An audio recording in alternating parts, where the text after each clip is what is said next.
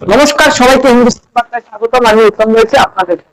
রাজ্য বিভিন্ন রাজ্যের কয়েকশো বাংলাদেশি ভারত বাংলাদেশ সীমান্ত পথে আটকালো দিয়েছে।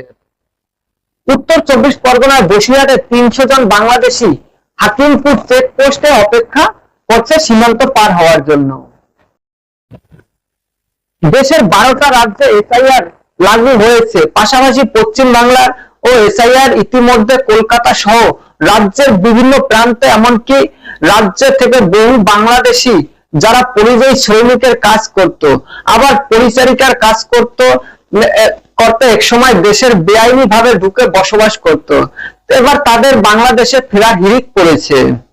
সেই ছবি দেখা গেল স্বরূপনগর থানার ভারত বাংলাদেশ হাকিমপুর সীমান্তে। রাতে অন্ধকারে শয়ে শয়ে বেআইনি ভাবে বসবাসকারী বাংলাদেশি পুরুষ, মহিলা, শিশু নিয়ে মাথায় আসবাবপত্র, লোটা, কম্বল নিয়ে সীমান্তে জড়ো হয়েছে। সেই ছবি দেখা গেল হাকিমপুর চেকপোস্টে। প্রায় 300 শতাধিক বাংলাদেশি পার হওয়ার অপেক্ষা করছে। ইতিমধ্যে 143 নম্বর ব্যাটালিয়ন সীমান্ত রক্ষী জওয়ানরা তাদেরকে আটকে দেয়। এই ছবি দেখে রীতিমতো বিস্মিত স্বরূপনগরের মানুষ।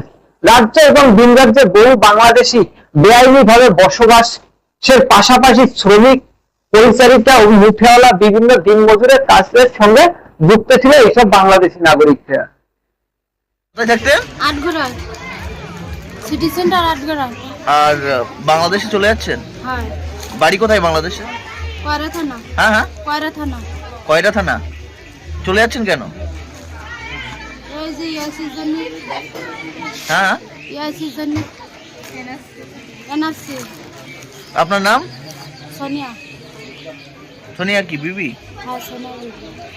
আটঘরা পূর্বপাড়া। হ্যাঁ হ্যাঁ। আটঘরা পূর্বপাড়া। আর বাংলাদেশের বাড়ি কোথায়? বাংলাদেশের বাড়ি সাতক্ষীরা। সাতক্ষীরা। কতদিন আগে এসছেন? হ্যাঁ, কতদিন আগে এসছেন? 4 বছর আগে। চলে যাচ্ছেন কেন? এসআইআর শুরুর জন্য চলে যাচ্ছেন। আপনার নাম? আমার নাম মফিজুল ইসলাম। মুফতিজুল ইসলাম। হ্যাঁ, দুটো বানাই।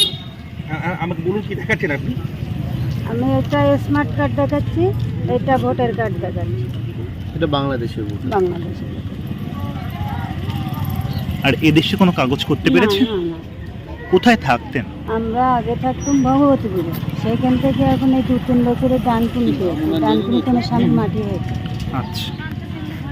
আর কেন ফিরে যাচ্ছেন এখন? এইসব তাড়াহুড়ো করছে, ভয় পালাচ্ছে। এদেশে এতদিন কোথায় থাকতেন? ডানকুনিতে থাকতেন? হ্যাঁ, একা থাকতেন না পরিবারের সঙ্গে? আমার মা বেটি থাকতো। দুজনেই থাকতেন। আর কিভাবে এসেছিলেন ভারতে? ঠিক আছে, আমি বলবো। আচ্ছা, কিভাবে এসেছিলেন ভারতে? ওইরকম লোক ধরে এসেছিলাম। লোক ধরে। এখন কি চাচ্ছেন? এখন এখন আর কি চাবো? এখন বলছে সব চলে যাও না তো। আপনারা এখানে এসে আত্মসমর্পণ করেছেন, তাই তো? আমি আর কিছু করিনি। এখানেই এসে রয়েছেন, এবার বিএসএফ যা করবে, তাই তো? কোথায় বাড়ি আপনার দাদা? আমার বাড়ি বাংলাদেশ বাড়ি। বাংলাদেশের কোথায়? যশোর জেলা। আর এখানে কোথায় থাকতেন?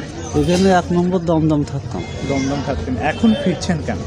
এখন এই কাগজপাতি নিয়ে খেতাখেচি হচ্ছে, বলছে যে বাংলাদেশের লোক থাকা যাবে না, আমাদের তো কাগজপাতি নেই, তার জন্য আমরা চলে যাচ্ছি। এখন বিএসএফ এর কাছে আত্মসমর্পণ করবেন? হ্যাঁ, আমরা বিএসএফের কাছে আত্মসমর্পণ করবো। তারা যে ব্যবস্থা নেবে। হ্যাঁ, তারা ব্যবস্থা যেটা করবে আমরা সেটাই করবো। পরিবারের সঙ্গে থাকতেন না একাই থাকতেন? আমরা দুজনই থাকতাম। আচ্ছা। বাংলাদেশে কোথায়? বাংলাদেশে কোথায়? বাংলাদেশে কলরা থানা, হ্যাঁ। কুসুডাঙ্গা গ্রাম, কোথায় থাকতেন এখানে? বিরাটি। বিরাটি থাকতেন? সবাই বিরাটি থাকতো? না না না, তারপরে কি কোনো কাগজপত্র নেই? আধার কার্ড, আই কার্ড কিছু না, নেই? না, না, না। অবৈধভাবে থাকতেন? তারপরে এখন এখন চলে যাচ্ছে। কি নাম আপনার? আফসার। বিরাটি। হ্যাঁ, বিরাটি বিরাটি বাড়ি? থাক বাংলাদেশে এদিকে বাড়ি। কোথায় যাচ্ছেন? বাংলাদেশে বাড়ি। আচ্ছা, বাংলাদেশে বাড়ি। হ্যাঁ, এখানে কোথায় ছিলেন এতদিন? বিরাটি। বিরাটি থাকতেন? কোনো কাগজপত্র নেই? না। অবৈধভাবে থাকতেন? হ্যাঁ, এখন কোথায় যাচ্ছেন? বাংলাদেশে যাচ্ছে।